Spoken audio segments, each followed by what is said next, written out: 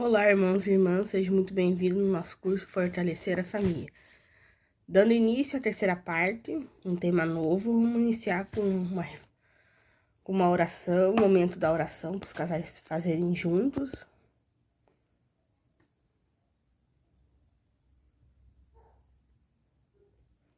Dando seguimento ao nosso capítulo 3, com uma reflexão bem interessante e importante.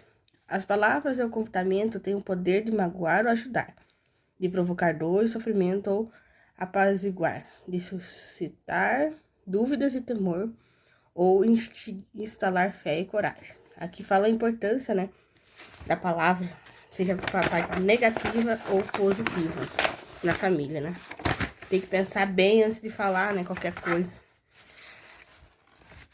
Ali na página 11, vamos dar início ao terceiro capítulo do tema, comunicar-se com amor.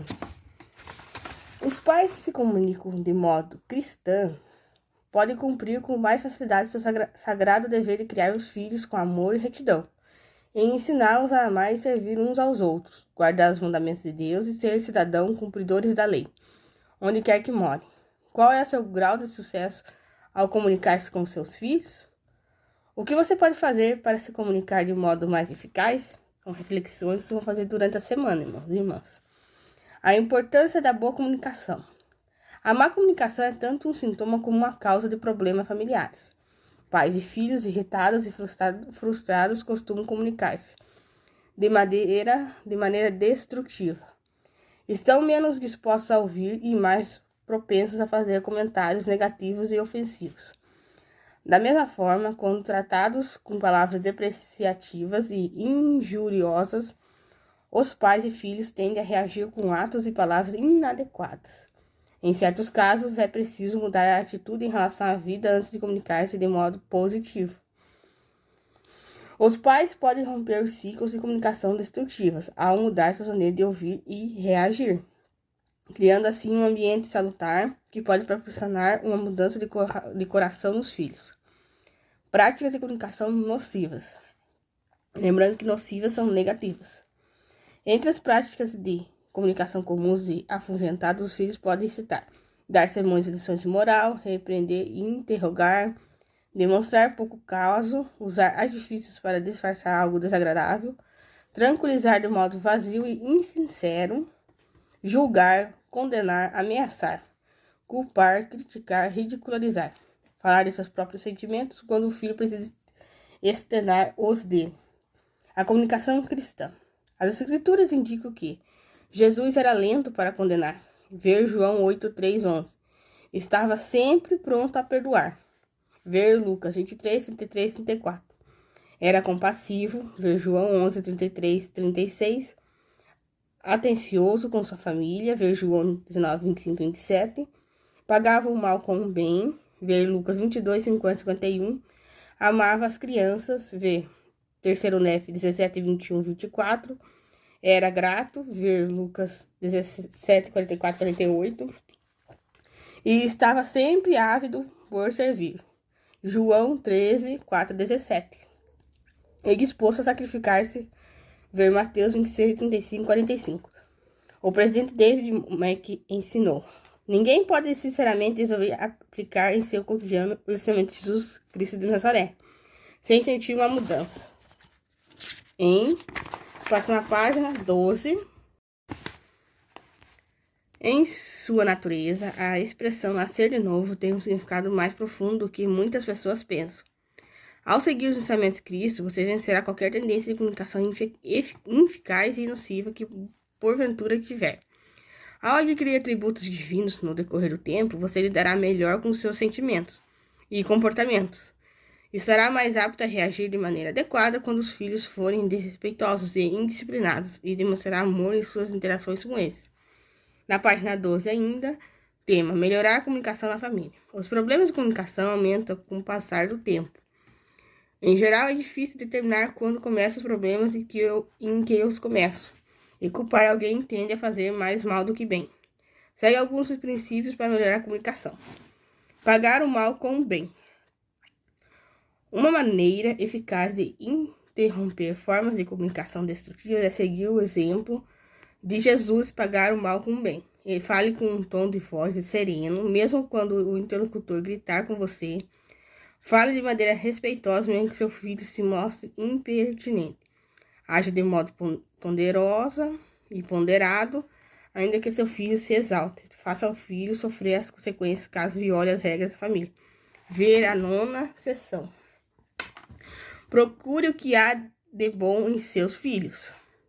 Preste atenção a seus filhos, principalmente quando se comportarem de modo adequado. A atenção é uma grande estímulo. Se você os ouvir a conversar com eles nos bons momentos, incentivará comportamentos saudáveis, e é provável que repitam os comportamentos que chamaram a atenção dos pais. Ignore os comportamentos desagradáveis e inconvenientes quando forem inofensivos. Quando se tratar de uma conduta ofensiva e inadmissível, tome atitude que impeçam o filho de receber atenção indevida. Ver a 9ª sessão.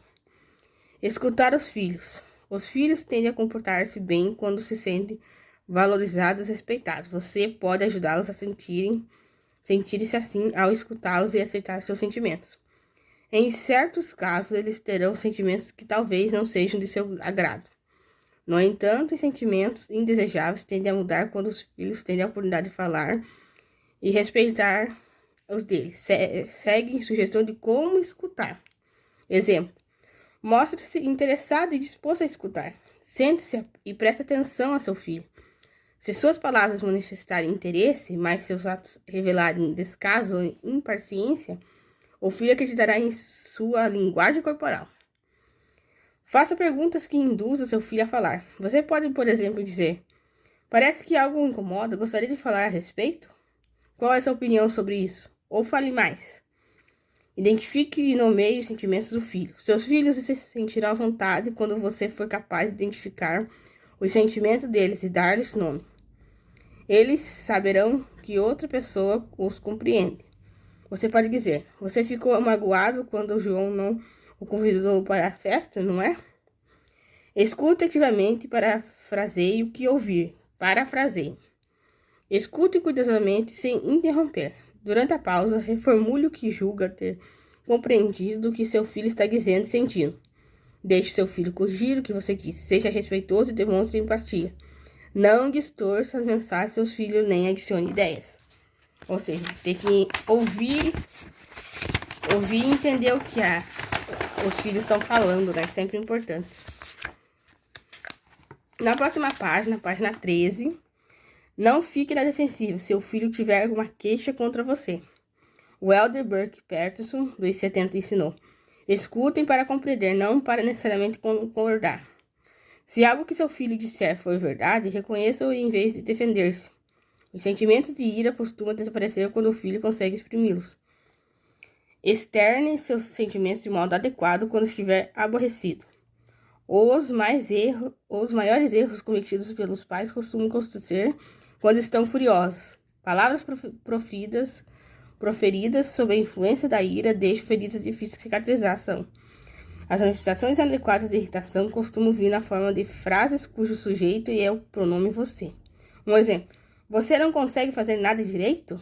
Essas acusações tendem a depreciar e condenar e levar o filho a ficar na defensiva. Uma estratégia mais adequada é mostrar como o comportamento do filho afeta você. Fico frustrado quando as tarefas que designei não são realizadas. Essas frases têm como enfoque o problema, sem menosprezar o filho. São frases na primeira pessoa do singular, usando o pronome eu, convindo uma melhor resposta do filho. Os filhos que são tratados com respeito costumam ter o desejo de comportar-se de maneira respeitosa. Na próxima página 14, em continuação, deixe bem claras suas expectativas. Os pais costumam ficar surpresos quando descobrem que seus filhos não têm uma ideia clara do que a espera deles. Além de usar frases como pronome eu, quando estiver frustrado, deixe bem claro o que deseja. Por exemplo: sinto-me explorado quando levo de carro para cima e para baixo e nunca recebo uma palavra de agradecimento. Convém sempre dizer obrigado quando alguém faz algo para nós, como todo mundo. tem a necessidade de ouvir isso. Pode agradecer quando as respostas fizerem algo para você, por favor. Resolva problemas que prejudicam sua capacidade de ouvir. Alguns pais têm atitudes e ideias nocivas e realistas que interferem em suas capacidades de ouvir como seguintes. Sentir a responsabilidade de resolver todos os problemas enfrentados pelos filhos. Sentir a responsabilidade de criar filhos bem-sucedidos em vez de empenhar-se para ser pais bem-sucedidos. Querer controlar os filhos. Ser demasiado distante e permissivos, dando aos filhos grande liberdade sem nenhuma supervisão, diretrizes ou limites. Temer o fracasso e a humilhação pública. Achar que ele ou os pais estão sempre certos. Precisar sentir-se amados pelos filhos e temer a rejeição deles. Se você precisar de ajuda para esses problemas ou outros semelhantes, converse com o seu cônjuge. Jejue e ore pedindo orientação. Frequente o templo. E, se necessário, converse com o seu bispo e informe-se sobre como conseguir auxílio profissional. O poder da comunicação eficaz. O apóstolo Paulo exortou-se-nos. Se o exemplo dos fiéis na palavra no trato no amor, Timóteo 2, 14 e 12. Em sua epístola aos Filipenses, ensinou também: somente deveis portar-vos dignamente conforme o evangelho de Cristo. Filipe 1, 27. Filipenses. As palavras e o comportamento têm o poder de magoar ou ajudar, provocar dor ou sofrimento ou apaziguar, de suscitar dúvidas e temor ou instalar fé e coragem. Ao melhorar sua forma de comunicar-se, você pode exercer uma influência extremamente positiva sobre seus filhos. Aí a prática, vamos exercer durante a semana. Escolha um dos princípios para melhorar a comunicação. Faça um plano para praticá-los, começar a dominá-los. Em seguida, escolha outro princípio para praticar, que nem aquele que a gente falou anteriormente. Estudo adicional das Escrituras. Provérbios 15, 1, Mateus 15, 18, Tiago 3, 2 e Nefe 3, 27 e 27. E essa é a nossa terceira aula que a gente segue agora. Na próxima aula será a quarta. Obrigado pela atenção.